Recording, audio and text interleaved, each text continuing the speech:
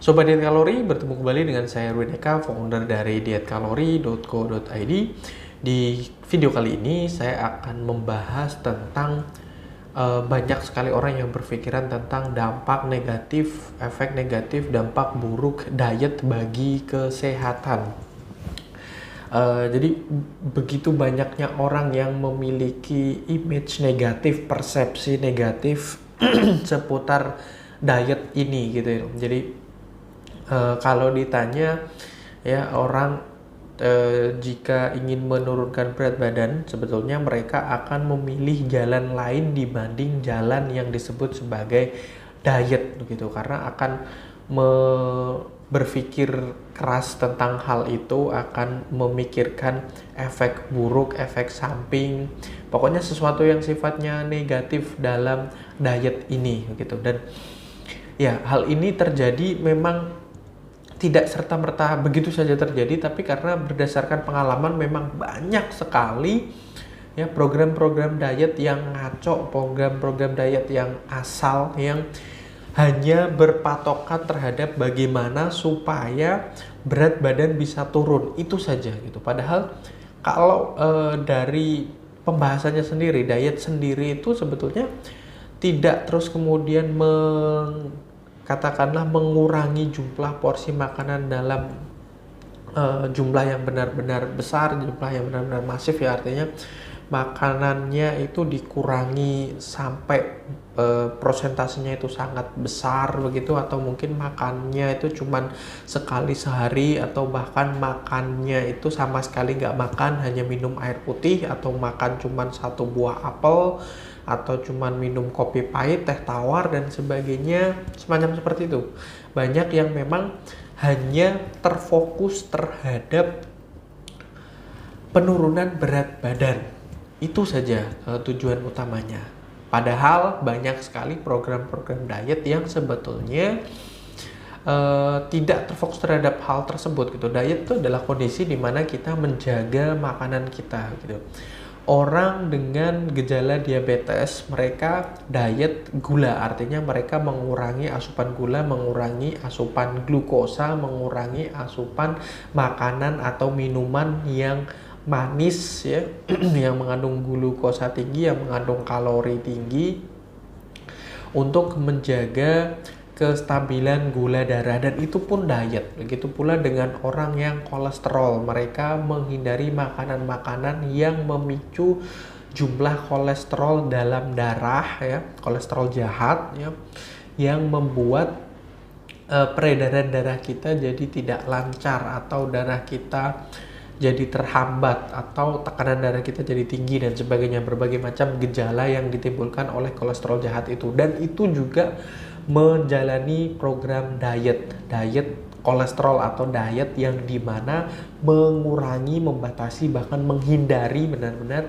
makan makanan yang notabene memicu kolesterol jahat dalam darah. Itu pun diet, dan itu bukan sesuatu hal yang justru memberikan dampak negatif terhadap kesehatan, tetapi memberikan dampak yang positif. Demikian halnya dengan program diet kalori yang sedang kita kembangkan.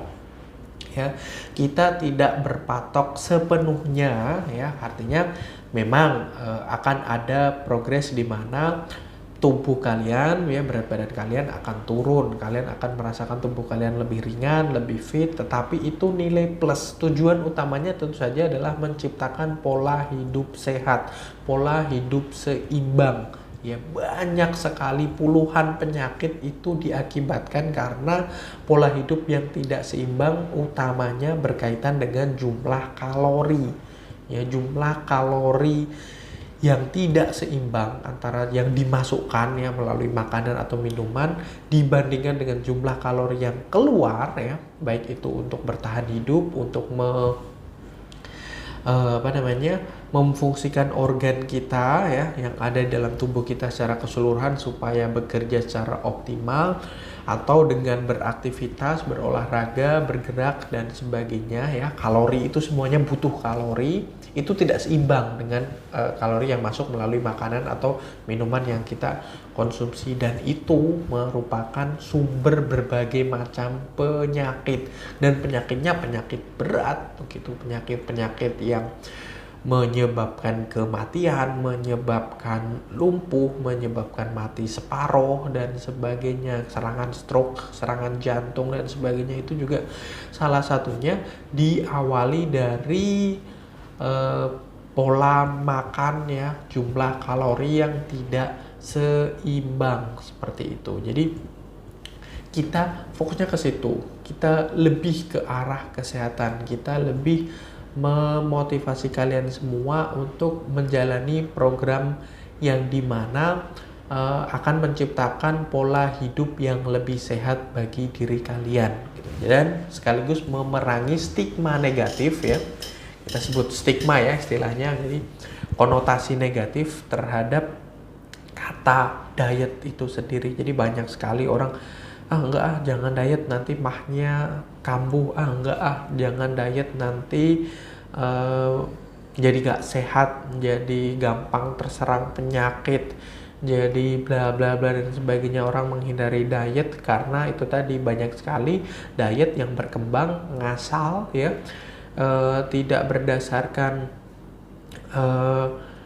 jurnal penelitian yang saintifik, yang ilmiah, atau yang hanya diet yang dilakukan secara penelitian secara ilmiah dan sebagainya, tapi fokusnya terhadap penurunan berat badan saja, tidak memperhatikan aspek kesehatan ya. Jadi diet itu seperti pisau lah gitu, jadi bisa dipakai untuk sesuatu yang baik gitu ya, untuk motong-motong, cincang dan sebagainya, untuk memasak, tapi juga bisa melukai seseorang, bisa bahkan membunuh seseorang dan sebagainya, tergantung penggunaannya. Demikian halnya dengan diet, dengan kata-kata diet. Ada yang memang bahkan banyak ya yang menyebabkan efek samping negatif, memperburuk kondisi kesehatan seseorang, mengakibatkan seseorang ketika menjalaninya itu tersiksa dari sisi psikologis juga ya. Jadi kita banyak sekali tadi membahas aspek fisik saja ya, kesehatan, penyakit dan sebagainya, tapi psikologis juga banyak sekali yang menderita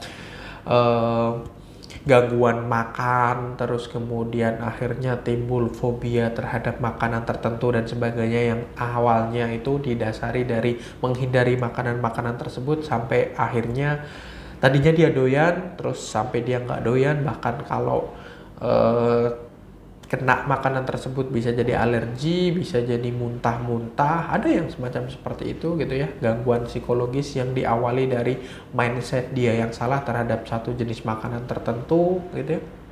Ada yang uring-uringan, temperamental, jadi bad mood bawaannya karena keinginan dia untuk makan makanan tertentu itu selalu diredam begitu. Jadi terjadi konflik di dalam diri dia, perang batin gitu.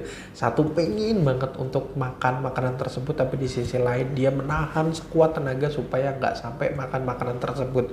Nah, program diet yang semacam seperti itu ya akan menimbulkan dampak buruk dari sisi kesehatan, baik itu fisik maupun psikis seperti itu. Sementara kita kalau memang mau makan ya boleh-boleh saja, ada makanan tertentu yang bikin kangen ya, artinya suatu jenis masakan yang memang lama tidak dimakan begitu, padahal kalorinya tinggi, lemaknya tinggi misalnya, ya boleh-boleh saja selama kita tahu batas, selama kita tahu bahwasanya jumlah kalori harian kita memang mencukupi untuk atau masih punya sisa atau masih punya batasan untuk mengkonsumsi makanan tersebut. Jadi kita buat diri kita cerdas, dan secara otomatis tubuh kita juga akan mengikuti, akan menjadi jauh lebih cerdas, akan menjadikan lebih optimal dari sisi metabolisme tubuh, dari sisi sistem pencernaan dan sebagainya. Jadi ya diet itu ya sekali lagi tidak hanya serta-merta bagaimana cara menurunkan berat badan. Kalau hanya itu fokusnya, otomatis nanti akan banyak sekali efek samping yang terjadi terhadap diri kalian. fokus utama kalau di program diet kalori ya, yang bisa kalian kunjungi di website kami dietkalori.co.id, itu adalah berkenaan dengan kesehatan, dengan membuat tubuh kita lebih baik, tubuh kita bekerja secara lebih maksimal, secara lebih optimal, kesehatan kita meningkat, nggak gampang sakit, merupakan bentuk investasi jangka panjang supaya ya tubuh kita terhindar dari berbagai macam serangan penyakit berbahaya, mematikan dan sebagainya, seperti itu.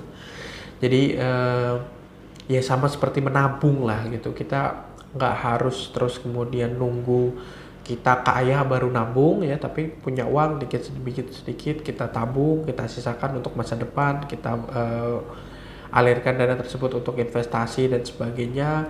Demikian halnya dengan diet ya, jadi kita nggak nunggu sampai sakit seperti contoh-contoh yang saya bilang tadi ya, orang diabetes, kena diabetes harus menjaga asupan makanannya, jangan terlalu banyak gula. Orang yang kolesterolnya cenderung tinggi, hindari makanan-makanan yang memicu kolesterol, tuh kan kayak nunggu kaya dulu baru nabung gitu, itu sudah sakit dulu baru diet. Nah ini masih sehat, masih segar bugar, masih muda dan sebagainya, kita saving, kita nabung, kita invest supaya kita terhindar dari hal-hal semacam seperti itu untuk menikmati masa depan ya. Kita invest dalam hal finansial ya, terus kemudian kita bisa menikmatinya juga gitu, tidak hanya dihabiskan untuk berobat ke sana kemari di kemudian hari.